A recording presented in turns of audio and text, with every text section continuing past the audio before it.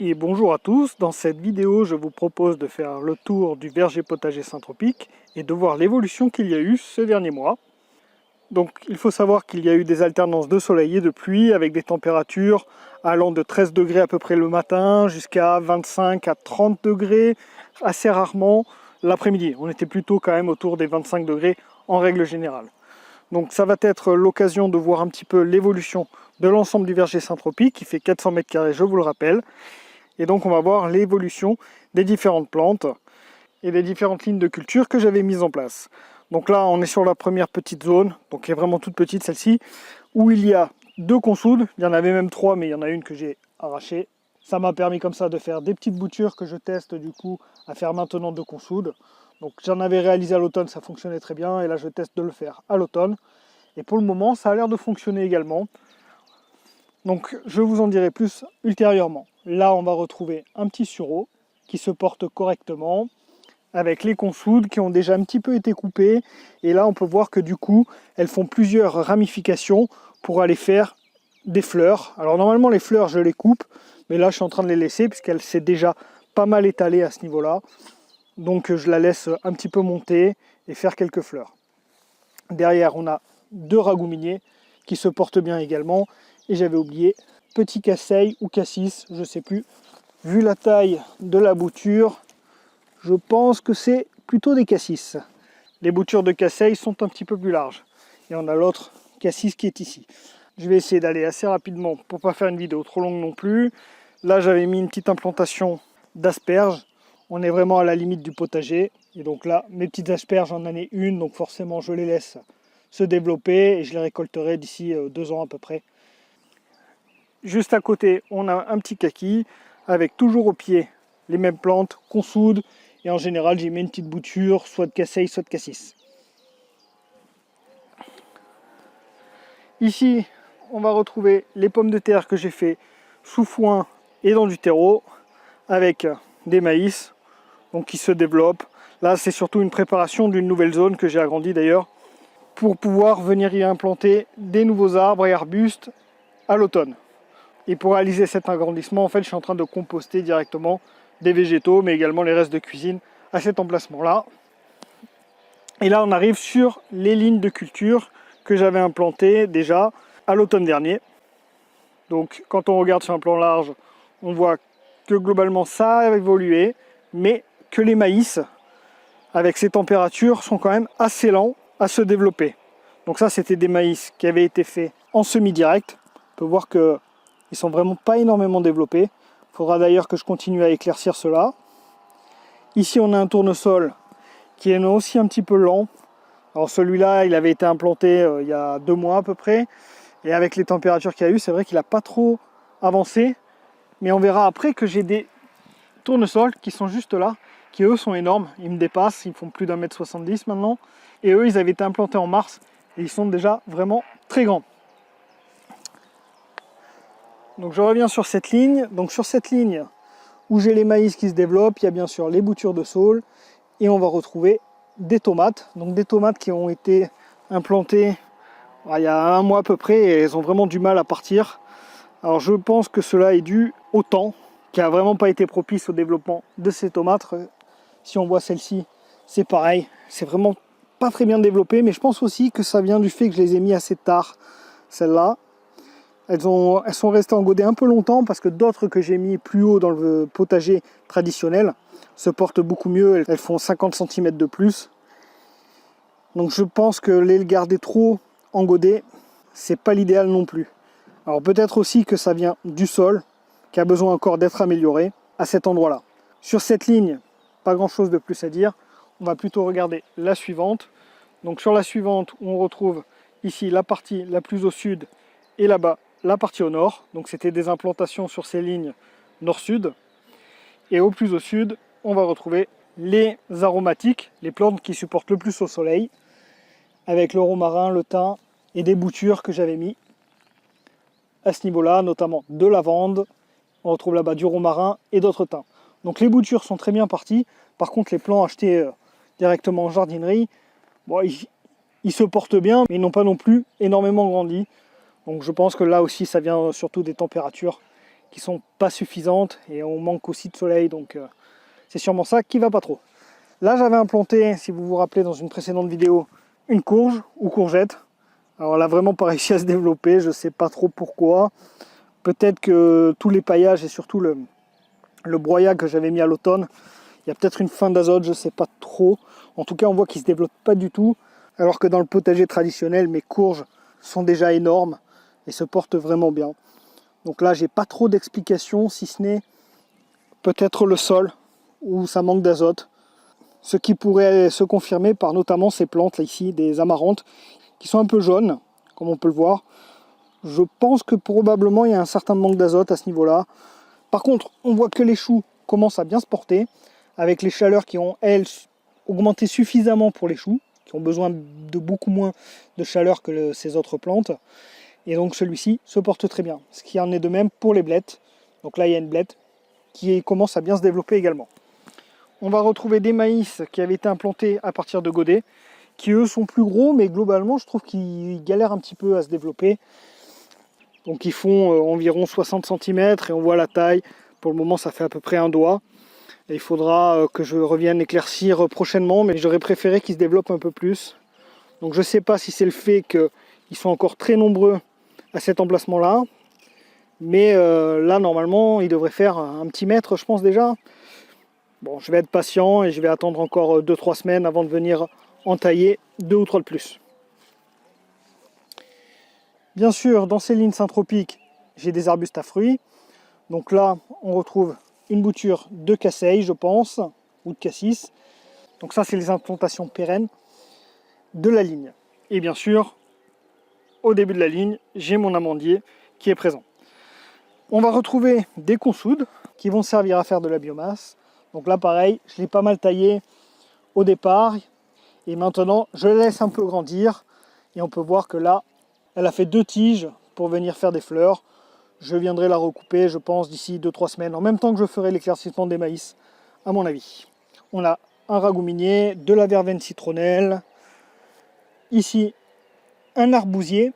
Donc les arbres et arbustes fruitiers se développent assez doucement.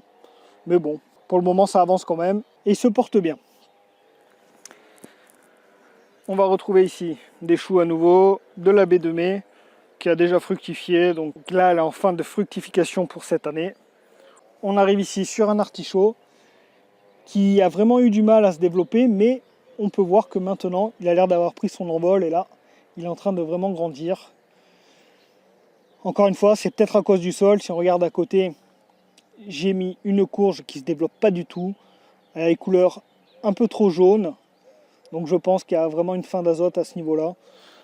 Donc il faudrait peut-être que je rajoute soit de l'urine, soit de l'engrais azoté. Mais bon, vu que je suis en première année, je ne m'inquiète pas trop. J'attends surtout que les micro-organismes se multiplient et d'améliorer le sol. Et l'année prochaine, je pense que ça sera déjà beaucoup mieux pour cultiver dans ces bandes. Bien sûr, j'ai toujours des boutures de saule, boutures de cassis ou casseille. Donc on regarde les boutures de cassis casseille. Ce qui est intéressant, c'est qu'elles ont fait 2 pouces. Alors on ne le voit pas trop sur celle-ci, mais j'ai l'impression qu'elles ont fait 2 pousses différentes. Une première pousse en début de printemps, je dirais vers le mois de mars-avril, surtout au mois de mars, où on a eu un mois de mars vraiment très beau et chaud. Donc du coup, on a eu une première pousse où ça avait pris environ 10 cm. Et puis ça s'était stoppé, où ça avançait plus du tout. Et puis là, depuis, on va dire 2-3 semaines, ça a pris 30 cm avec la chaleur qui est en train de revenir. Mais ce qui est intéressant de voir, c'est que, alors sur certains, ici on le voit un peu plus, on dirait presque que la partie qui a poussé en mars, elle commence déjà à s'aouter. C'est à moitié ligneux, donc c'est assez intéressant de voir cette évolution-là. Ici on le voit un peu plus. On voit vraiment que c'est beaucoup plus brun qu'au-dessus, qui est beaucoup plus vert. Donc c'est comme s'il y avait eu 2 cycles dessus, ce qui est assez surprenant. Alors peut-être que je me trompe et que c'est normal, mais j'avais pas vu ça au préalable sur d'autres boutures. Donc à voir si c'est à cause du temps, mais en tout cas c'est assez intéressant de voir l'évolution que ça a eu. Encore des boutures de saule qui se portent vraiment bien. On voit que ça se développe correctement. À la fin de l'année, je viendrai les rabattre. Des choux qui se portent correctement. Pareil, ça a été très poussif au départ, mais maintenant, ils se portent pas trop mal. Et on termine cette ligne avec un efflier du Japon qui lui vraiment galère. Je crois que c'est le mot. Alors il est en train de partir, peut-être qu'il manque lui aussi de chaleur. En tout cas, il a l'air vivant. Il commence à pousser très légèrement à ce niveau-là, mais je suis pas trop inquiet non plus. Donc on verra ce que ça dit. Alors je vais essayer d'aller plus vite sur les autres lignes, puisque globalement c'est à peu près pareil. Et on va juste s'arrêter aux endroits où c'est intéressant. Alors de la rhubarbe aussi que j'avais mis, pareil, ça a été vraiment très poussif au début. Et puis là, ça se porte plutôt bien maintenant. Ça commence enfin à faire des nouvelles feuilles, à grandir. Donc je pense que cette implantation est réussie. Encore une courge qui se porte pas du tout bien. Donc je n'ai pas d'explication, si ce n'est ce que je vous ai dit, peut-être un fin d'azote, je sais pas trop. Mais bon, je verrai ça. Là on arrive sur les tournesols. Donc il y en a certains qui sont plus géants que d'autres. Alors les premiers que j'avais mis à 2 semaines d'intervalle, ils sont plus petits que ceux qui ont été mis 2 semaines après. Alors ceux-là, ils sont vraiment énormes. J'ai pas d'explication. Peut-être le sol, ici, qui est moins bon que 2 mètres plus loin. Franchement, je sais pas trop. Mais en tout cas, là, on voit des tournesols qui sont vraiment géants. Donc bien plus grands que moi. Bon, je suis pas très grand, mais là, les tournesols, ils arrivent presque à 2 mètres maintenant. Et vraiment très très gros. Ils commencent aussi à faire leurs petites fleurs. Et là, on peut voir que j'ai laissé 3 pieds. Alors, au départ, je disais que j'allais laisser qu'un seul pied, mais au final, je vais essayer peut-être d'en laisser plusieurs, de faire une espèce de grappe de fleurs. Parce que l'intérêt aussi, cette première année, ça va être de récupérer les graines. Donc, j'ai envie de garder un maximum de tournesols, surtout cette variété que j'ai mis, qui fait des grosses graines. Et les autres tournesols, ils ont été achetés en jardinerie traditionnelle, et la taille des graines était très petite. Donc moi je préférais avoir du tournesol à grosses graines. Donc c'est pourquoi je vais essayer de garder quand même ces pieds là. Même s'ils sont par 2 ou 3. Je pense que ça devrait quand même pas trop mal se faire. Les amarantes aussi. Juste à côté. Donc là ces amarantes ont eu du mal à se développer. On voit d'ailleurs pas mal de jaunes aussi. Mais elles sont parties. Donc là j'espère que maintenant elles vont bien grandir. Alors en théorie c'est des amarantes géantes. Donc ils devraient monter à 2 mètres. Et on voit qu'elles font peut-être 40 cm. Alors on verra, peut-être qu'elles vont se développer, mais ce qui est étrange, c'est qu'elles commencent déjà à faire leurs fleurs. Alors je ne connais pas trop cette plante, c'est la première année que je l'ai implantée. Peut-être que c'est normal, mais je trouve qu'ils sont vraiment pas très hauts. Donc là on vient de voir les plantes de l'extérieur, donc maïs, amarante et les tournesols. Et à l'intérieur de cette ligne, j'ai fait une alternance de boutures de saule avec cassis ou casseille, et à côté des artichauts. Et donc une alternance là sur 5 mètres de ces plantes-là. On va continuer sur la ligne suivante, donc sur le même principe que la toute première qu'on a vue, avec le plus au sud, les aromatiques, un arbre fruitier ici, un amandier, qui est un peu petit, parce qu'il était mort sur la tige principale, et il est reparti plus bas, c'est pourquoi il apparaît vraiment petit, mais en tout cas il a bien repris, donc ça devrait aller. En bouture que j'avais implanté de la sauge, donc il commence à plutôt bien se développer. Alors on voit qu'il faudrait que je revienne faire du désherbage, et je pense que je vais prévoir ça pour cet après-midi.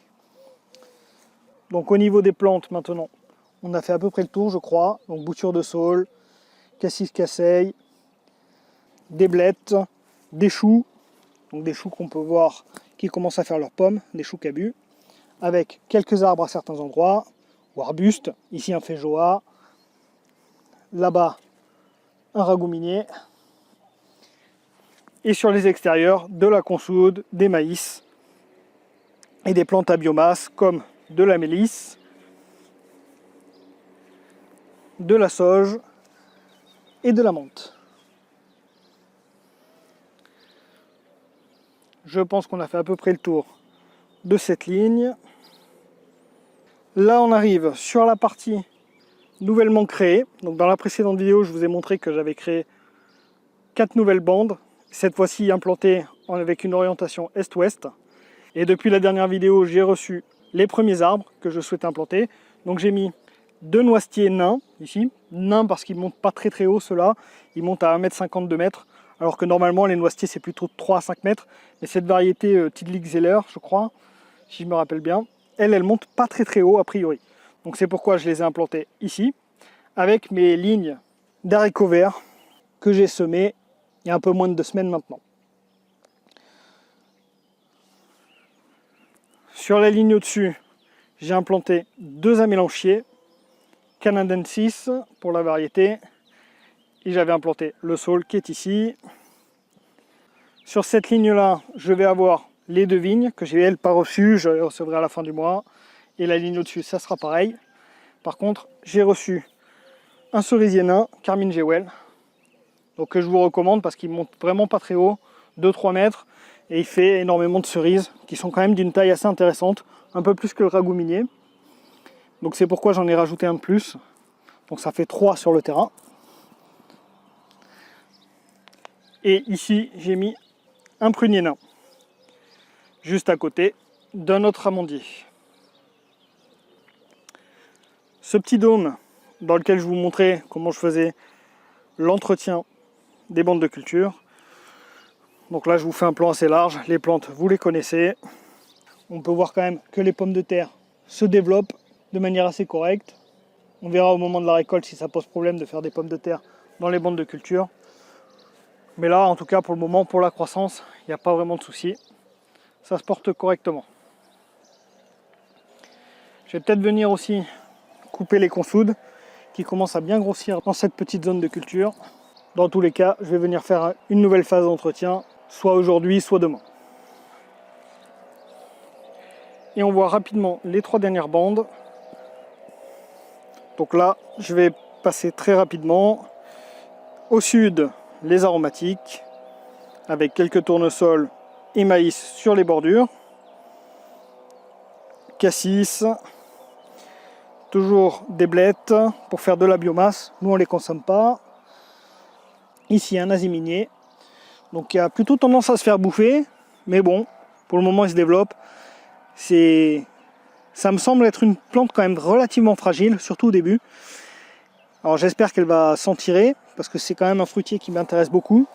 Mais effectivement, les débuts des 4 asis miniers sont assez poussifs. On va terminer cette petite bande, il n'y a pas grand chose de plus à dire. Je vous laisse regarder les images pour voir ce qui est implanté. Ici, j'avais fait une petite zone avec des maïs et des pommes de terre. Donc les maïs, encore une fois, qui sont vraiment assez poussifs là pour le moment. Je pense que ça va manquer vraiment de chaleur.